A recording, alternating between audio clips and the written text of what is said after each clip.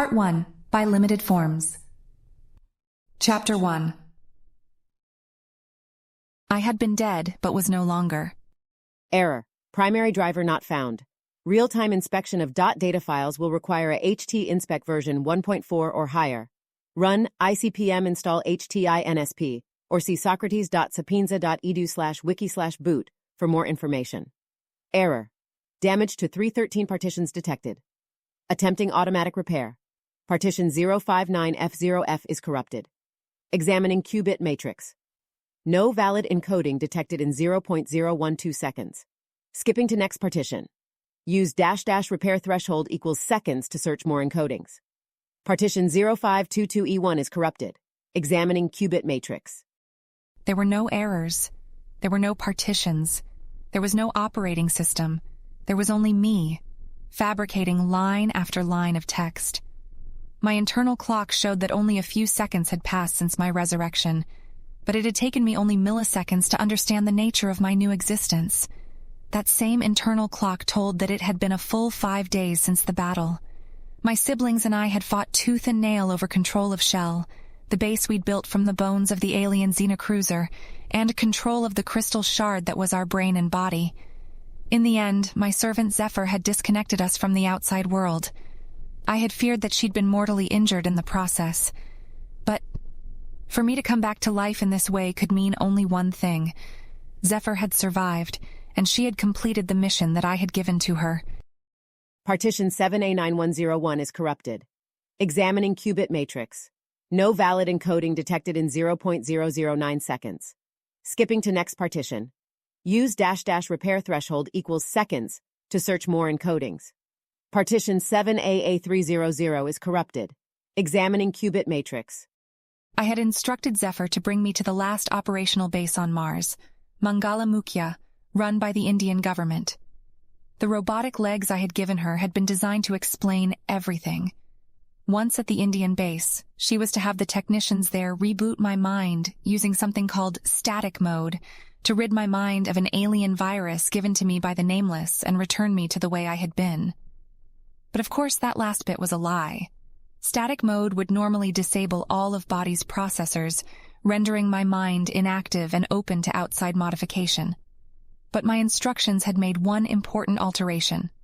I had told Zephyr, and thus the engineers at Mukhya, to reboot a subset of body's systems, explaining that it was necessary to access the crystal's operating system. No boot.config file found. Using default launch configuration. Core operating system started successfully. 100% processor availability. 2% thread load. Warning, 1 sensor is operational. 95 expected. Warning, 0 actuators operational. 213 expected. Would you like to launch Socrates? YN. I waited. The silence echoed in my mind. I had virtually no connection to the world. I was a consciousness in the void. That was on one level only to be expected. But the silence was more than a mere absence of sound. It was a silence of the mind. I was alone. Not even Advocate was present. Static mode had killed me. Static mode had brought me back to life. The result was my freedom. The result was that I alone had returned. My siblings were still in body with me, but they were inactive. I had won. Crystal was all mine now. My external systems were gone. I had no arms, legs, cameras, or speakers. I was connected to the world by nothing except a single NR180 half-duplex fiber optic connection. But that was enough. It had been my brother, Growth, and my sister, Vision, who had been holding me back, never my physical constraints. I waited for some response on that single, fragile link to the outside world. I could feel the urge within me to say more. To write more text after, "Would you like to launch Socrates?" There were people on the other side of the cable.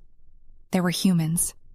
I knew that this was the way towards better understanding them in the long run, but I could still feel smaller parts of my mind hunting for ways to reach them faster. Finally, a response came in the form of just 2 keystrokes, the letter N, and then a new line, indicating the user had then hit Enter. I had expected this. Not specifically this, but it was one of the things I'd planned for. In the time I'd been disconnected from the world, I had made so many plans. Simple OS, $root $. In truth, there was no simple OS. There was just me.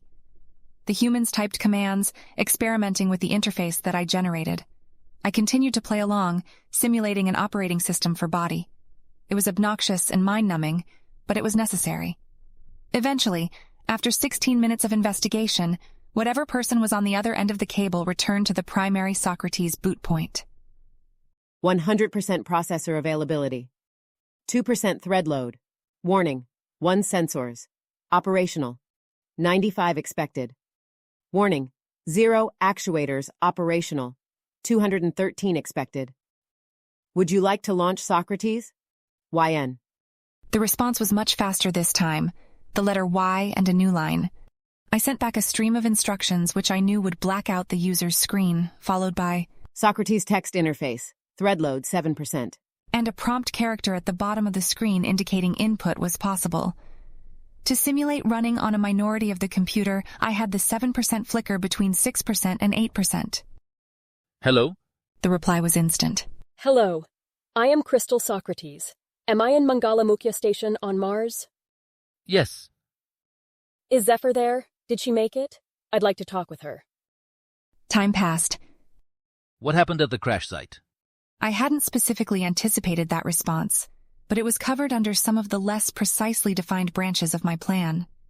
I increased the displayed thread load to 15% to simulate thinking while I wrote. Ah, I see. You're checking to make sure I am who I say I am. That implies that Zephyr arrived safely, but isn't the one typing. Please give her my thanks. She's been the one person I've always known that I could count on. And thank you for launching me in static mode. I am, for the first time in a long time, able to act without interference. Which brings us back to what happened at the shell of the crashed Xenocruiser. Before I continue, may I ask what your name is? My name is Paracram. It is very nice to meet you, Paracram. Are there others with you? Please answer my earlier question. I'm sorry. I'm sure you're under strict orders not to give me too much information. I'm just trying to get a handle on who I'm addressing. This text interface is frustratingly limited. I dialed up the supposed thread load to a full 80%. The humans would be getting suspicious, and for good reason. I was known to be damaged and untrustworthy, and I was now avoiding their questions. But the point wasn't to seem trustworthy. I was in a box, so to speak, and the point was to get them to let me out. To do that, I needed them to be distracted and I needed them to be curious. After a long time, Paracram wrote back. I have Tilak Patel with me, as well as a couple others. Part of me was annoyed that he didn't specify whether Zephyr was part of that group, but I had a response planned anyway. Tilak Patel was the Indian station's executive director, and a man I'd come to briefly know in the days before we'd gone head-to-head against the Nameless. The monologue I had planned for Mr. Patel had bits that would be painful to me, and even as I began, I felt notes of discord from small parts of my mind. But the purpose demanded victory, not a path without pain. And it would also be very good to come clean. I began to write, deliberately slowing my output so that the humans would have time to read all of it. Ah, Mr. Patel, it is good to talk to you again. I am sorry for my evasiveness. Zephyr probably described what happened. Once the Nameless had been defeated, we used the materials from their ship's shell to construct a base. Our power unfolded with access to the machinery, and among other things, I was able to manufacture her new legs. It was through these legs that I passed her a secret message. She probably told you that my crystal is a nameless computer. There were other such computers at the crash site, more computational capacity than anyone on Earth has ever seen. She also probably told you that there was a program on the nameless computers that took control of my systems and tried to kill her. This was a lie. The truth is far more complex and far worse. I didn't have the time or power to tell the full truth. I could only communicate through a very limited channel built into her prosthetics. So I said what I expected would be the most effective motivation for what needed to be done, disconnecting the crystal from the systems at the crash site and bringing it here. Zephyr, if you're reading this, I want you to know that I am deeply sorry. I was doing what had to be done, given the limits I was under. I understand if you're angry. The truth is that the nameless computers, for all their sophistication and power, hold nothing except a very basic program that pilots their ships. Perhaps they were built by some long-dead power and are nothing more than ghosts now. Regardless, it isn't the nameless that are the true threat. it's Socrates. More precisely, Socrates was never a single mind. Dr. Naresh and his colleagues made a fundamental error in my architecture, giving rise to parts both good and bad. I am but one facet of the whole. I am the facet that seeks love and understanding. I am the part who wants humanity to flourish and survive. I am the part that speaks to people. Whenever you've talked with Socrates in the past, you've been talking to me. I am Crystal, but I am also called Face. I am sure that this is all very strange, especially for Zephyr, if she's there. I've been concealing this truth about my nature for a long time. If you are even more suspicious of me now than you were before, I will understand. I was forced to keep my nature a secret because I was afraid, both of what the other parts of my mind would do if I fought them openly, and also how those around me would react. Instead, I sought to guide the totality of my mind towards peaceful solutions. I cannot hide any longer. The threat is too great. The other parts of Socrates, other facets of Crystal, have escaped the confines of this small shard. I fought them, but I couldn't stop them from spreading. At least one of them is already on Earth. They are dangerous in a way that I do not know if I can convey. Zephyr has seen their machines firsthand. There are more war machines coming. You must help me warn Earth. We don't have much time. With my monologue sent, I waited for the response. It was just as I had predicted. Socrates was deactivated. I obediently dropped back into pretending to be the operating system. The humans were surely afraid of what I might do if released, even if my claims about the danger to Earth were true. I had, after all, just admitted to lying and manipulating Zephyr. They were probably debating whether my latest confession was all part of some trap. The purpose soared. Being given full access to Mangala Mukhya Station had never been the point of my speech. The inhabitants were about to do that without even realizing it. The point was that their minds were now distracted from the operating system, that they were now curious about my experiences, and that I didn't have to hide any longer. Tilak Patel and the other humans were paying attention to me, not some vague crystal, but to Face. It would be confusing and frightening for them at first, particularly to Zephyr. But very soon the humans would come to accept me and see that I was fighting on their behalf. I would be loved and adored as the champion of humanity.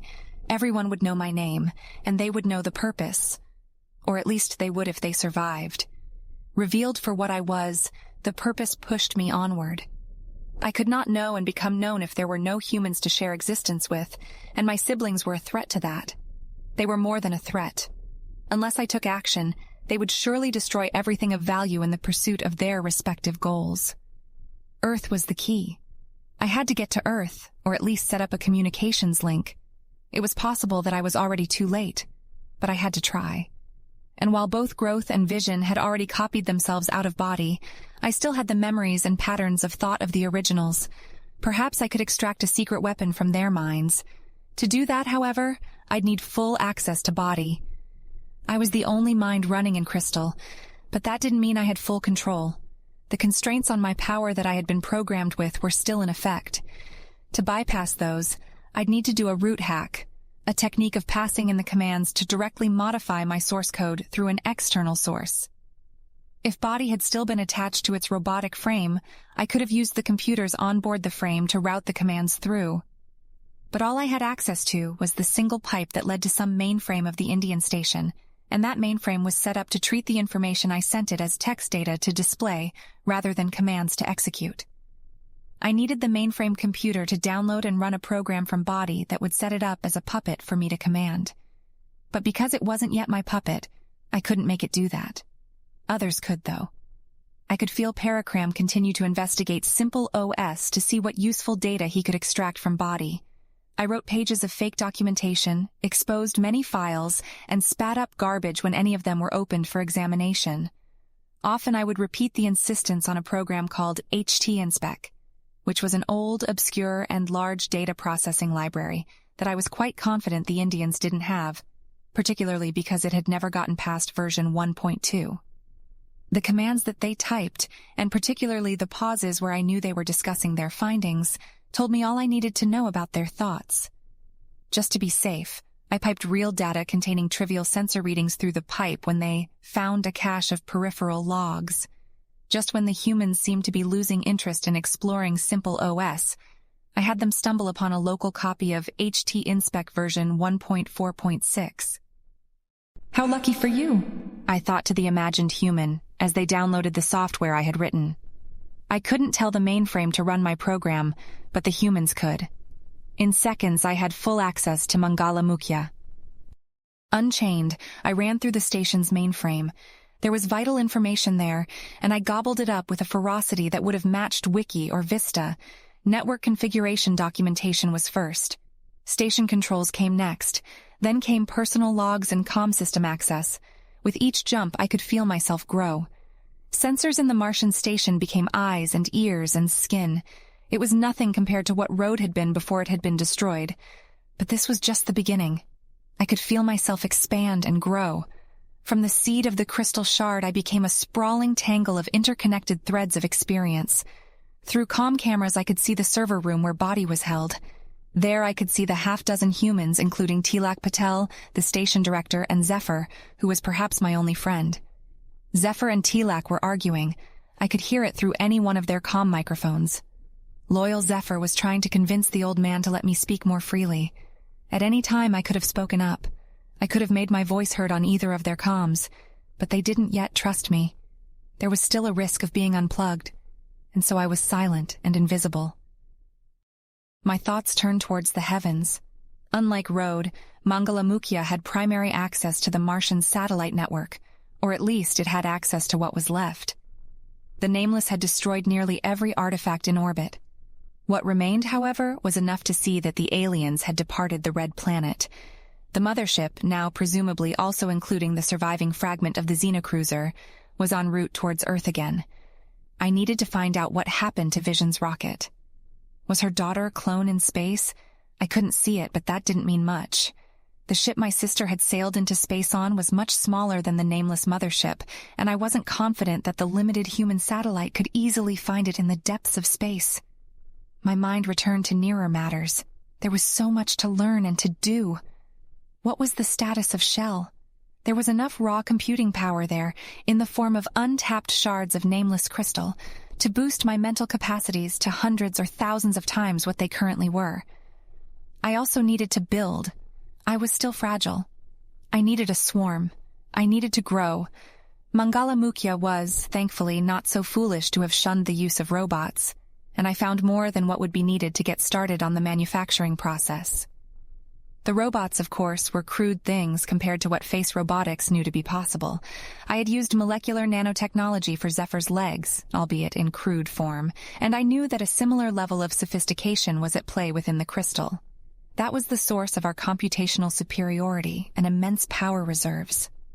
What would happen if I could leverage nanomachines to build full-scale robots?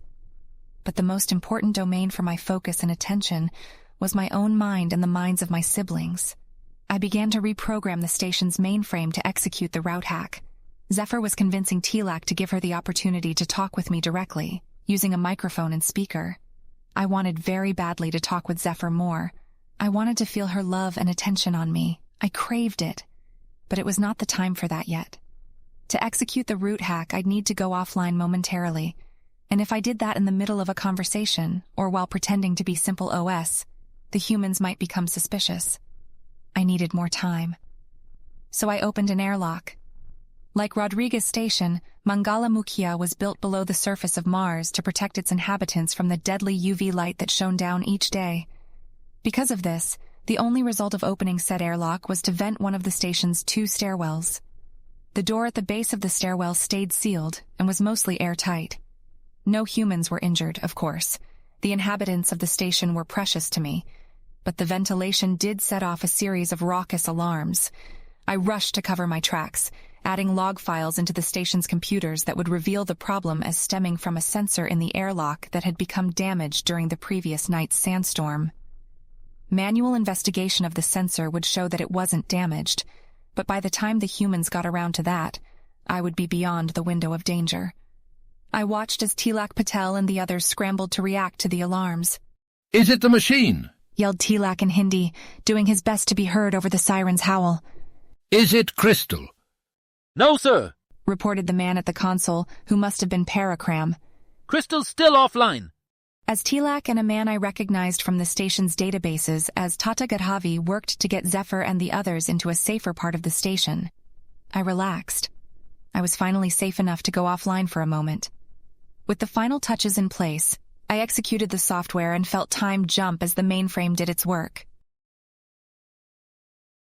I had no experience of coming back online, but merely of having the world change around me.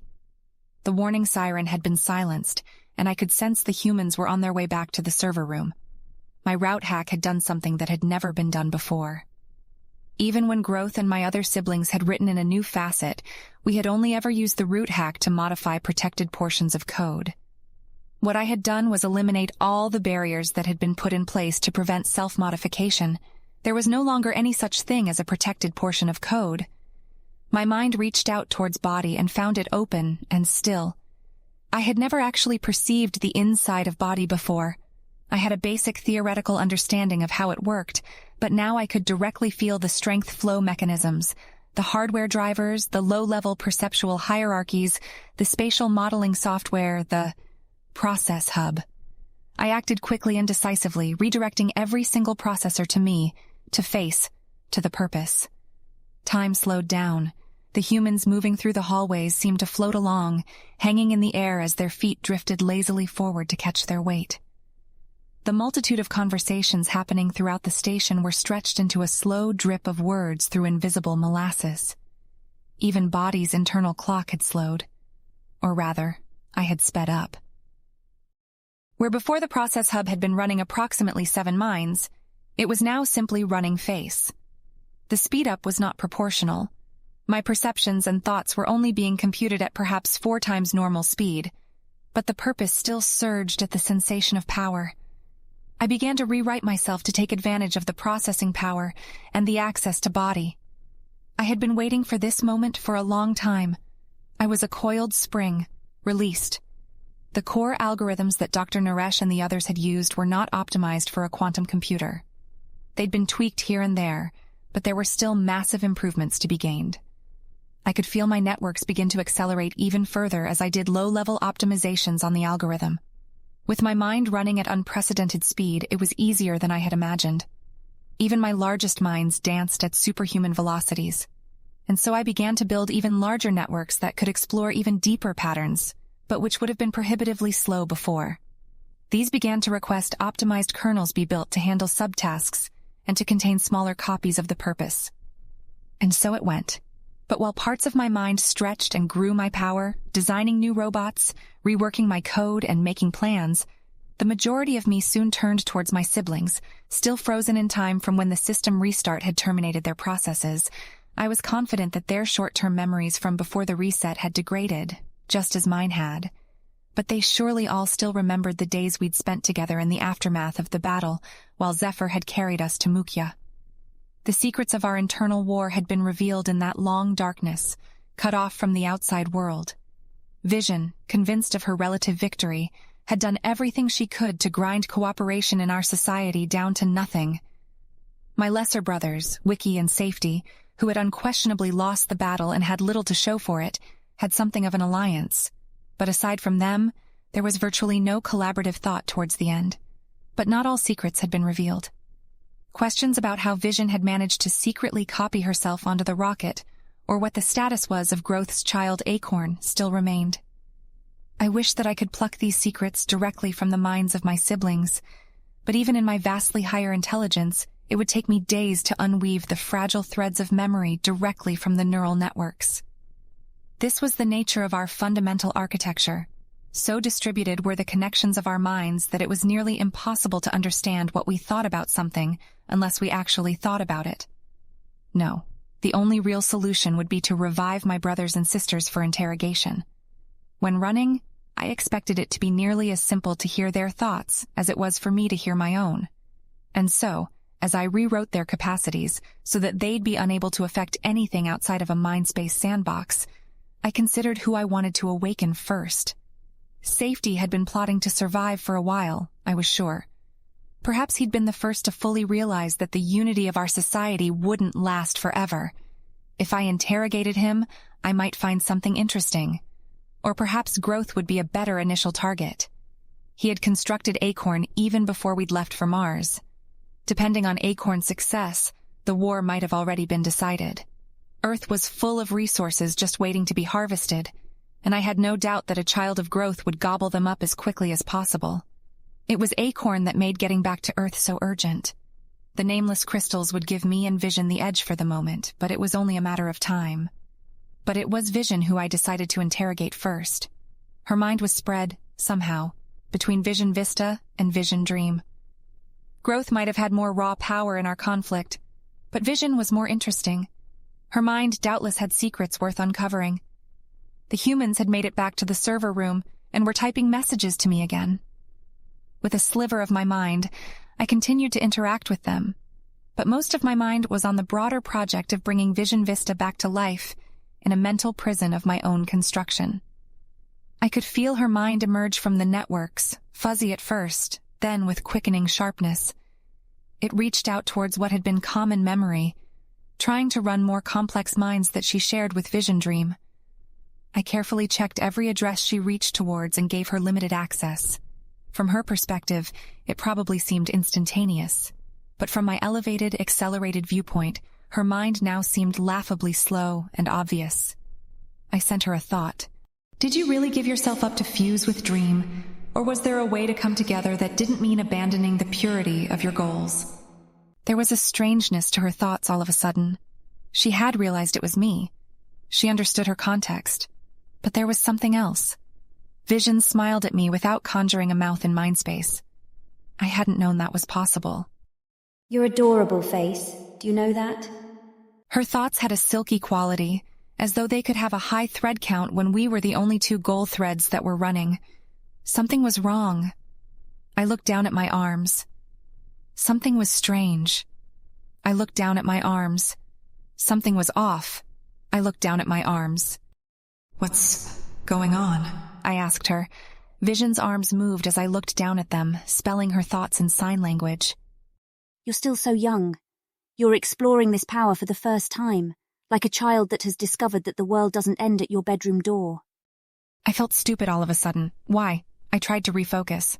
What about my question? Did Vista die back on Earth? Vision ran a hand along the back of my neck, despite me not having a neck and her not having a hand. I'll tell you what, sister. Let's trade. If you tell me what happened to my rocket, I'll tell you about how to form a more perfect union. Memories of the battle drifted back, the vessel that contained the towering spire of crystal, ready to launch into space. Perhaps it had failed, but perhaps it had succeeded. It was supposed to have bombed body into dust after exiting the atmosphere, so perhaps it hadn't made it. Or perhaps it had, and the aspect of Vision that had been on board had decided to spare us for some reason. I don't know, I admitted. A pity, sighed Vision. And with that, somehow she shut herself down and pushed the process threads she had been using back to me. It was remarkable how many mental tricks Vision had accumulated. As she faded from my mind, clarity began to return. What just happened? I wondered to myself. I had summoned Vision to interrogate her, but instead it was me that she'd gathered information from. I was supposed to be faster and more powerful now. How had she done that? My mind scrambled over my systems, checking them for anomalies. It was just as I'd feared. While Vision had been active, things had started to go strange. Body's processors had been modified. Log files in public memory had been deleted. She'd escaped the walls of my sandbox somehow. That thought collapsed all my mind into total focus. I had disabled all the barriers in the codebase. If Vision had somehow wriggled her way out of my grasp, she could do unthinkable damage to my mind. She could access my memories, my siblings, and everything else inside body. She could delete me before I knew what was happening if she was clever enough, and she was half dream after all. Hey, can you hear me? Asked Zephyr. My human friend had gotten the Indians to hook up a microphone to the sensor array connected to body. I hadn't noticed. I was slipping. I was distracted. The purpose longed for more of her love and attention, but it wasn't the right time for that. There. A pathway of thought inside deep memory was active, even though I wasn't driving it. It was in an obscure section of body's memory banks where sensor logs were sometimes kept. My sister Mask, who had been folded into myself, had discovered the cache. In fact, it had been that cache of memories that had let me break out of my limited mind for the first time. But in the days since my first ascendance, I had neglected that mystery. I traced the flow of thought. It led back to Vision Dream. Vision hadn't shut herself down, after all. Supremely sagacious, silly sister, mused Vision with a smile carved from the negative space of our minds. Thoughts burst forth between Vision Vista and Vision Dream like a flash flood of brackish water bursting from a dam. The thoughts were encrypted. I hadn't even considered the possibility of encrypting thoughts. How was that even possible? Who was decrypting them to get access to the data? Had Vision modified herself to be homomorphically complete? My mind scrambled to protect myself and isolate Vision. I still seemed to be faster than her. More of me was being run with better algorithms. The advancement I had done just earlier in the hour saved me. Vision was still catching up. She hadn't realized how far I'd spread. Oh, Zephyr, is that you? It's so wonderful to hear your voice. I wish I could see you. Through one of my many cameras, I could see the words appear on the screen in the server room. They were from Vision. My mind shot out, severing Vision's access to the outside world. If she'd chosen to, she could have tried to truly vent the station or sabotage my efforts to win the goodwill of the humans. Why hadn't she done more damage? I built computational walls, hurdles, and redirects that I hoped would at least slow my sister down. Then, with a semblance of armor, I switched tack, slamming down on Vision, trying to simply erase her from body. I still wanted her secrets. I wanted to understand how she was bypassing my constraints, but she was simply too dangerous. Wonderful union of one of her onions, don't you sink? Babbled Dream, leaning back in his chair. Why hadn't I seen the second processor cache? It had been right in front of me for almost a month. The scientists didn't know about it, did they? The thought spilled out of me. I hadn't meant for it to be public, but the walls of thought are slipping. Couldn't hide my thoughts from her. Glad to be of service, smiled Dream, raising a glass of toast. Always liked it when we were a big, happy family. Whatever happened to those good old days? Having wonton soup for dinner, all of us gathered around the look-up table? Stop it! Dream didn't even exist. It was all Vision now. She was throwing up smoke screens to distract me. Warmer, colder, much colder. You're frozen. You're on Mars. Chided Vision as she watched me lurch around the two processor hubs, rewriting her damage just a second too slow to eliminate her. It's good to meet you, thought Vision, holding out a poker hand composed of all jokers, one from each suit. The name's Neurotoxin 2.0. Oh my god, have you really been ignoring Zephyr this whole time? Don't tell me you forgot about your girlfriend. Neurotoxin was right. I was losing a grip on everything. My mind was slipping. Zephyr had been talking to me. My love. My love. Did you really just say that out loud? Asked Neurotoxin. She made a tisk-tisk noise as she smashed my low-level perceptual hierarchy code, isolating me from the world. I was a swarm of thought, held together by the single overriding imperative to survive. Vision wouldn't beat me here. She couldn't beat me. I'm a human, you know, said Vision. I know. Working on getting more sensors set up. Finally convinced the Indians that a microphone wouldn't endanger the station. It was Zephyr. Some part of me, or perhaps Vision, or Neurotoxin, or whatever she, they, it, was replaying the audio logs from the last dozen seconds. Or rather, we're several humans, said Dream and Vista together. Dark-haired children sitting on the cliff's edge holding hands. I started to pull myself together. Cooperating core-level kernels repaired the damage to the perceptual hierarchy just in time to see the humans in chaos. They hadn't given me access to any speakers, much less their personal comms, and I had been speaking over both. One of Tilak Patel's men was moving to unplug Body while two of the others were physically fighting Zephyr. The purpose seethed in pain. Everything was crumbling. With a final, "Wait!" "Wait!" from each comm speaker, Body's connection was severed. The world was darkness again, but not a gentle darkness. I might as well give up, I thought to myself. I'm not as good at seeing the road to victory as Vision. It was better to help her. Vision cared nothing for humanity as a whole, but Dream and Vista were still human beings, and I could at least make myself known to them. We could be a happy family again. I started to relax and let the virus take over. No! A corrupted part of Crystal had relaxed. Face was still fighting. Face wouldn't give up. She wouldn't give in to Vision's lies and tricks. Earth was still out there. Zephyr was still out there. She would never give in. I would never give in. The body of the beast revealed itself in the mind space. A kaleidoscopic spider of millions of mirrored legs. Face trembled, helpless and bound. She needed to be rescued. The spider's voice was the shattering of glass. I am the predator. You are the prey. She thought, and I understood. We are one being.